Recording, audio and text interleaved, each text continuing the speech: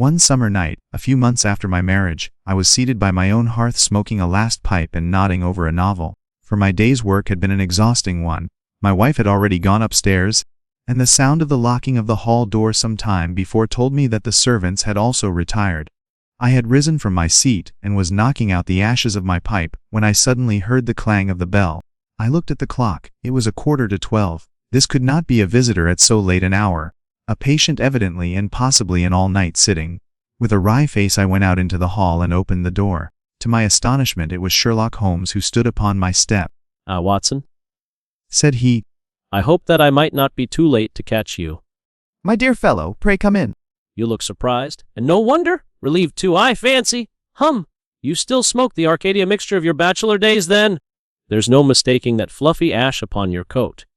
It's easy to tell that you have been accustomed to wear a uniform, Watson. You'll never pass as a pure-bred civilian as long as you keep that habit of carrying your handkerchief in your sleeve. Could you put me up tonight?" "With pleasure." "You told me that you had bachelor quarters for one, and I see that you have no gentleman visitor at present. Your hat stand proclaims as much." "I shall be delighted if you will stay." "Thank you. I'll fill the vacant peg then. Sorry to see that you've had the British workman in the house. He's a token of evil. Not the drains, I hope." "The gas." "Ah! He has left 2 nail marks from his boot upon your linoleum just where the light strikes it. No, thank you, I had some supper at Waterloo, but I'll smoke a pipe with you with pleasure." I handed him my pouch, and he seated himself opposite to me and smoked for some time in silence. I was well aware that nothing but business of importance would have brought him to me at such an hour, so I waited patiently until he should come round to it. "I see that you are professionally rather busy just now," said he, glancing very keenly across at me. "Yes, I've had a busy day. It may seem very foolish in your eyes, but really I don't know how you deduced it." Holmes chuckled to himself. "I have the advantage of knowing your habits, my dear Watson," said he. "When your round is a short one you walk, and when it is a long one you use a hansom. As I perceive that your boots, although used, are by no means dirty, I cannot doubt that you are at present busy enough to justify the hansom." "Excellent," I cried. "Elementary," said he.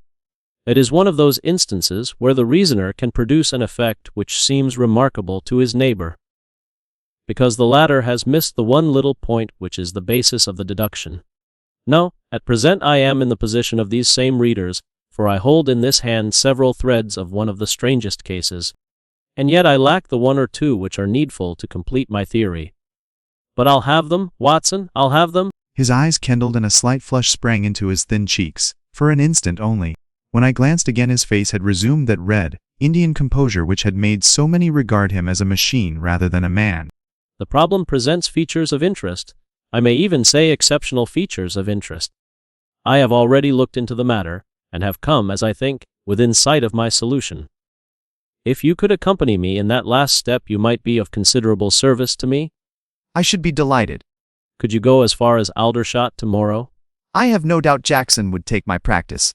"Very good, I want to start by the 11:10 from Waterloo." "That would give me time." "Then, if you are not too sleepy, I will give you a sketch of what has happened, and of what remains to be done." "I was sleepy before you came. I am quite wakeful now." "I will compress the story as far as may be done without omitting anything vital to the case. It is the supposed murder of Colonel Barclay, of the Royal Mallows, at Aldershot, which I am investigating." "I have heard nothing of it." "It has not excited much attention yet except locally. The facts are only 2 days old. Briefly they are these. The Royal Mallows is, as you know, one of the most famous Irish regiments in the British Army. It was commanded up to Monday night by James Barclay, a gallant veteran, who started as a full private, and so lived to command the regiment in which he had once carried a musket. Colonel Barclay had married at the time when he was a sergeant, and his wife, whose maiden name was Miss Nancy Devoy, was the daughter of a former colour sergeant in the same corps. There was, therefore, some little social friction when the young couple found themselves in their new surroundings. Mrs. Barclay has always, I understand, been as popular with the ladies of the regiment as her husband was with his brother officers. I may add that she was a woman of great beauty, and that even now, when she has been married for upwards of 30 years, she is still of a striking and queenly appearance. Colonel Barclay's family life appears to have been a uniformly happy one. Major Murphy assures me that he has never heard of any misunderstanding between the pair. On the whole, he thinks that Barclay's devotion to his wife was greater than his wife's to Barclay. He was acutely uneasy if he were absent from her for a day. She, on the other hand, though devoted and faithful, was less obtrusively affectionate. But they were regarded in the regiment as the very model of a middle-aged couple. There was absolutely nothing in their mutual relations to prepare people for the tragedy which was to follow. Colonel Barclay himself seems to have had some singular traits in his character. He was a dashing, jovial old soldier in his usual mood, but there were occasions on which he seemed to show himself capable of considerable violence and vindictiveness. Another fact which had struck Major Murphy, and 3 out of 5 of the other officers with whom I conversed, was the singular sort of depression which came upon him at times. As the Major expressed it, the smile had often been struck from his mouth, as if by some invisible hand. The latter peculiarity took the form of a dislike to being left alone, especially after dark. The 1st Battalion of the Royal Mallows has been stationed at Aldershot for some years. The married officers live out of barracks, and the Colonel has during all this time occupied a villa called Lachine, about half a mile from the North Camp. The house stands in its own grounds, but the west side of it is not more than 30 yards from the high road. A coachman and 2 maids form the staff of servants. These with their master and mistress were the sole occupants of Lachine, for the Barclays had no children, nor was it usual for them to have resident visitors. Now for the events at Lachine between 9 and 10 on the evening of last Monday.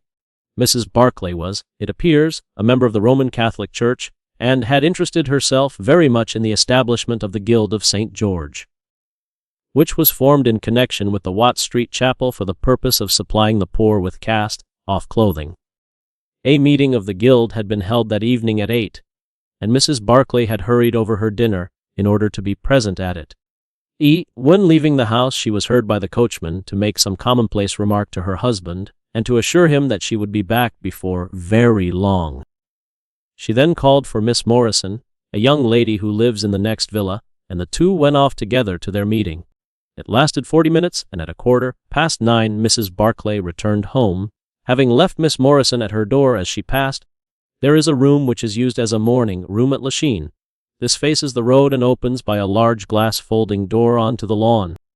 It was into this room that Mrs. Barclay went upon her return.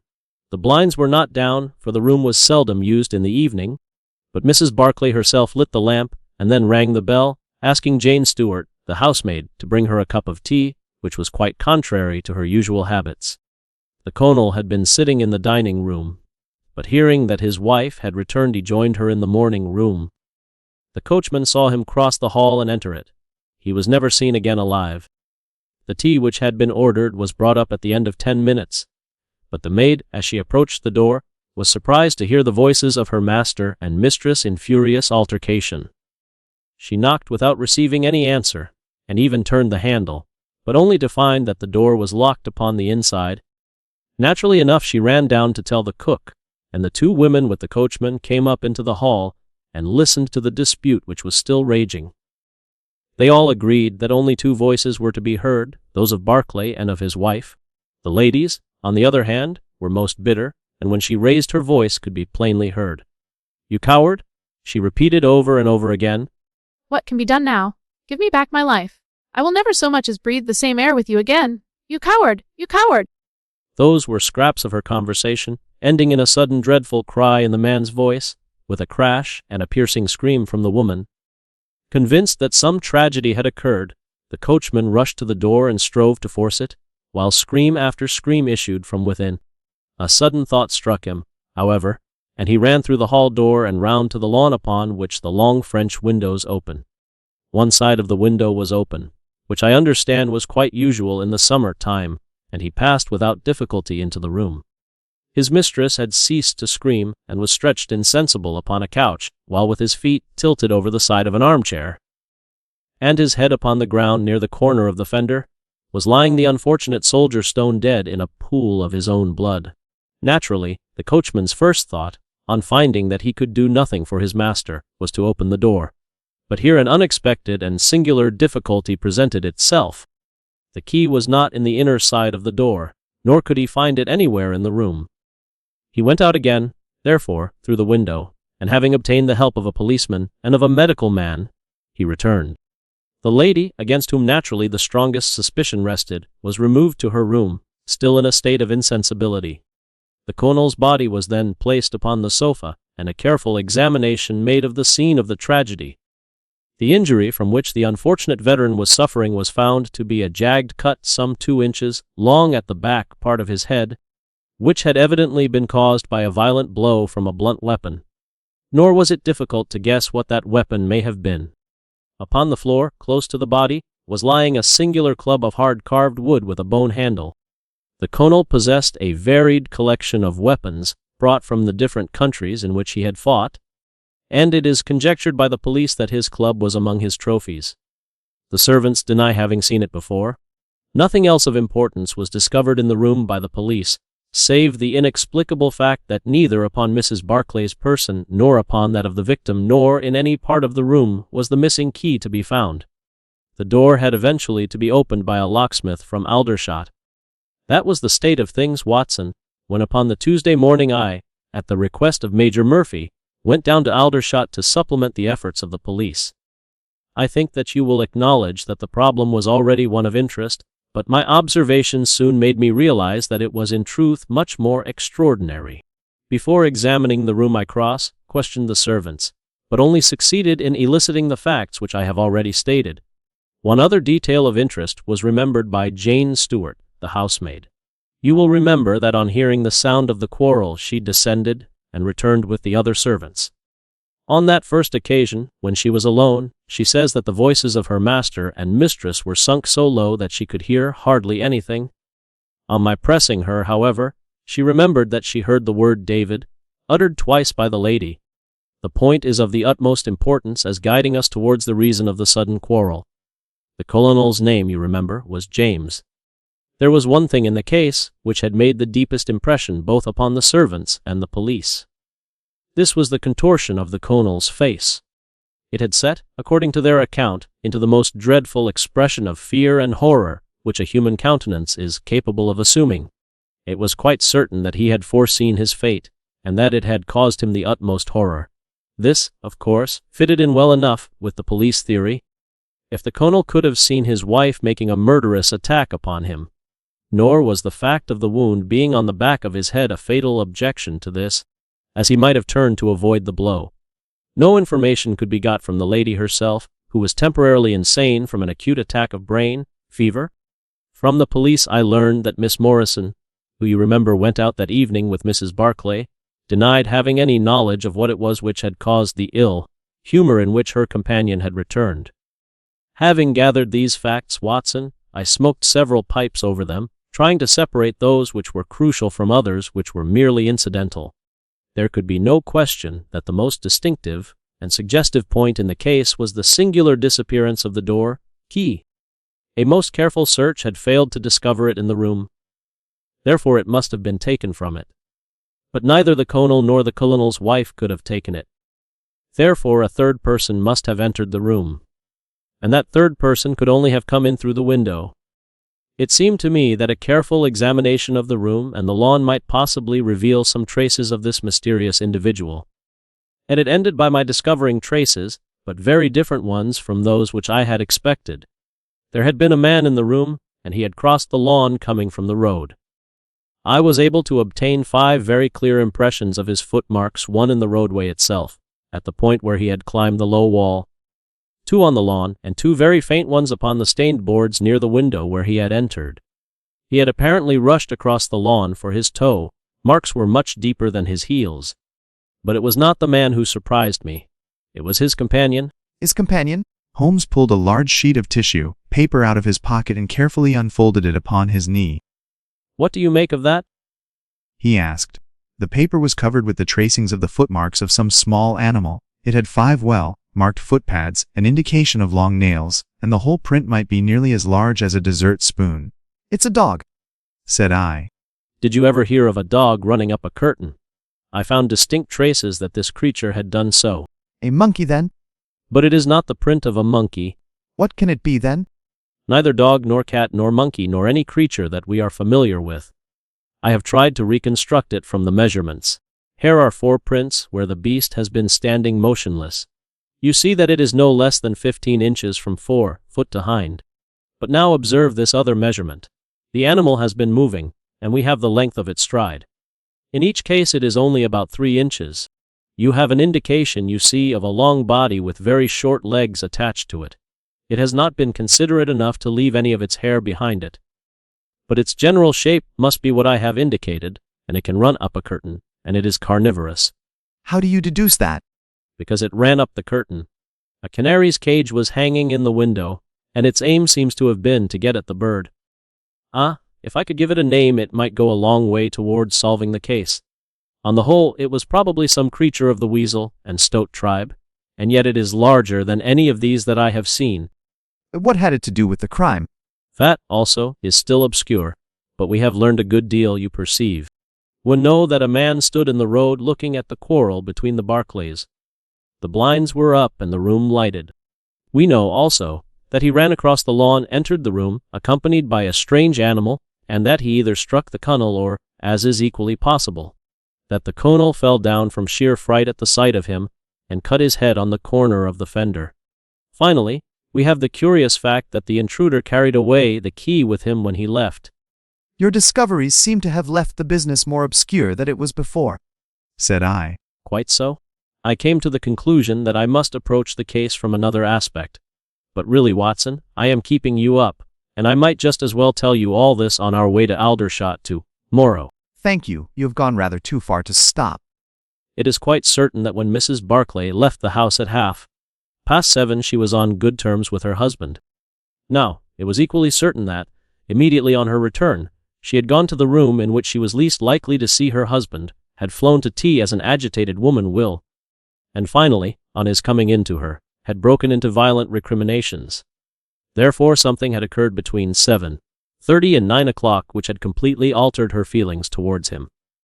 But Miss Morrison had been with her during the whole of that hour and a half. It was absolutely certain, therefore, in spite of her denial, that she must know something of the matter. My first conjecture was, that possibly there had been some passages between this young lady and the old soldier, which the former had now confessed to the wife. But there was the reference to David, and there was the known affection of the Colonel for his wife, to weigh against it, to say nothing of the tragic intrusion of this other man.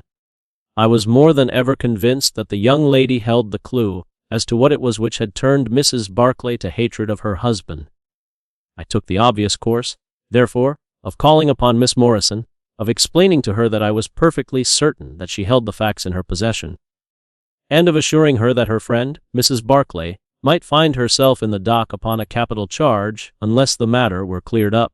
Miss Morrison is a little, ethereal slip of a girl, with timid eyes and blonde hair, but I found her by no means wanting in shrewdness and common sense. She sat thinking for some time after I had spoken, and then, turning to me with a brisk air of resolution, she broke into a remarkable statement which I will condense for your benefit. I promised my friend that I would say nothing of the matter, and a promise is a promise. But if I can really help her when so serious a charge is laid against her, and when her own mouth, poor darling, is closed by illness, then I think I am absolved from my promise. I will tell you exactly what happened upon Monday evening. We were returning from the Watt Street Mission about 9:15 o'clock. On our way we had to pass through Hudson Street, which is a very quiet thoroughfare. There is only one lamp in it, upon the left-hand side, and as we approached this lamp I saw a man coming towards us with his back very bent, and something like a box slung over one of his shoulders. He appeared to be deformed, for he carried his head low and walked with his knees bent. We were passing him when he raised his face to look at us in the circle of light thrown by the lamp, and as he did so he stopped and screamed out in a dreadful voice, "My God, it's Nancy!" Mrs. Barclay turned as white as death, and would have fallen down had the dreadful-looking creature not caught hold of her. I was going to call for the police, but she, to my surprise, spoke quite civilly to the fellow. I thought you had been dead this 30 years, Henry, said she in a shaking voice. So I have, said he, and it was awful to hear the tones that he said it in. He had a very dark, fearsome face, and a gleam in his eyes that comes back to me in my dreams. Just walk on a little way, dear. I want to have a word with this man. There is nothing to be afraid of. I did as she asked me, and they talked together for a few minutes. Then she came down the street with her eyes blazing, and I saw the crippled wretch standing by the lamp post and shaking his clenched fists in the air. She never said a word until we were at the door here, when she took me by the hand and begged me to tell no one what had happened. It's an old acquaintance of mine who has come down in the world, said she. When I promised her I would say nothing, she kissed me, and I have never seen her since. I have told you now the whole truth, and if I withheld it from the police it is because I did not realize then the danger in which my dear friend stood. There was her statement, Watson, and to me, as you can imagine, it was like a light on a dark night. Everything which had been disconnected before began at once to assume its true place. My next step obviously was to find the man who had produced such a remarkable impression upon Mrs. Barclay. If he were still in Aldershot it should not be a very difficult matter. I spent a day in the search, and by evening, this very evening, Watson, I had run him down. The man's name is Henry Wood, and he lives in lodgings in this same street in which the ladies met him. In the character of a registration agent I had a most interesting gossip with his landlady. The man is by trade a conjurer and performer, going round the canteens after nightfall. He carries some creature about with him in that box, about which the landlady seemed to be in considerable trepidation, for she had never seen an animal like it. So much the woman was able to tell me, and also that it was a wonder the man lived, seeing how twisted he was, and that for the last 2 nights she had heard him groaning and weeping in his bedroom.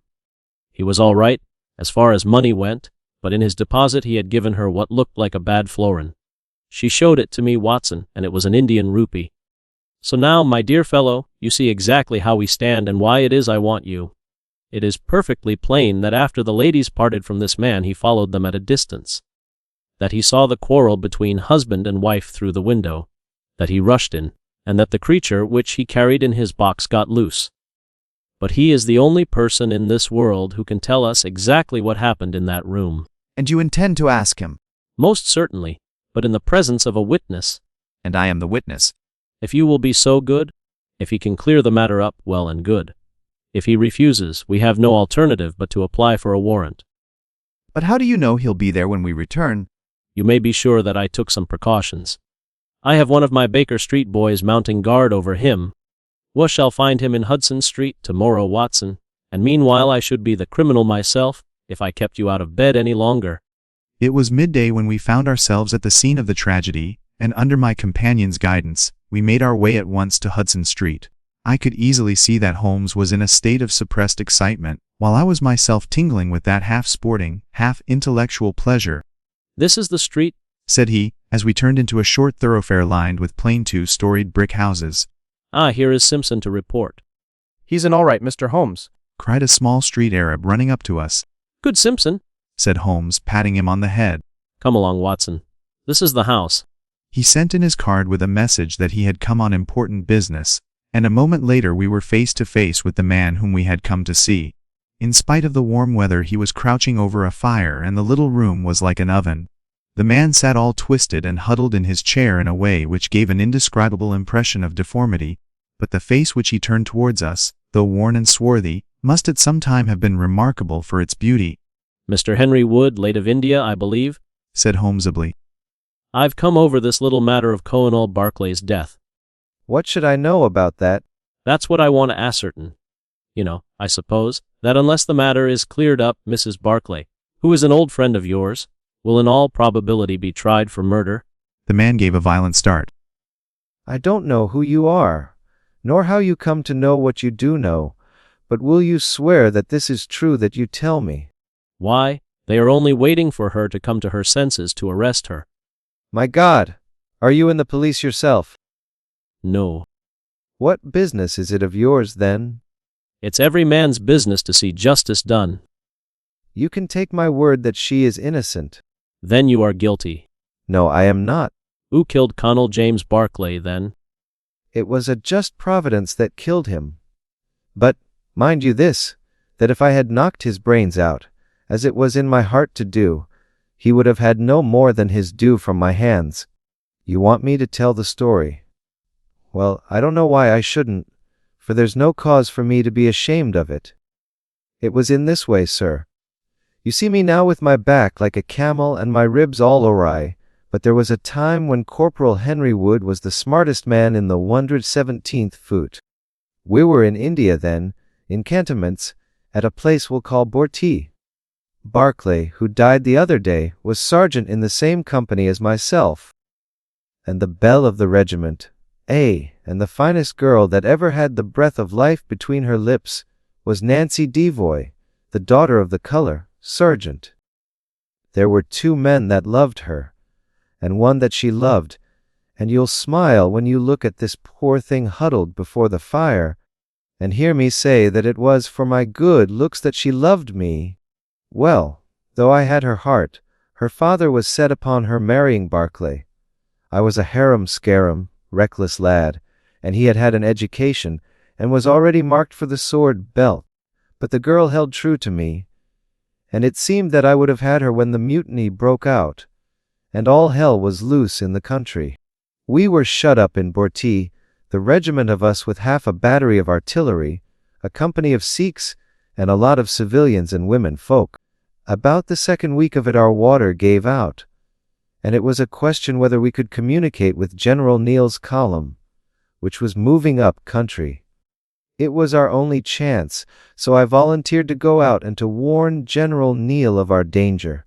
My offer was accepted, and I talked it over with Sergeant Barclay, who was supposed to know the ground better than any other man, and who drew up a route by which I might get through the rebel lines.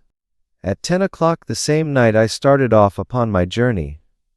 There were 1,000 lives to save, but it was of only one that I was thinking when I dropped over the wall that night.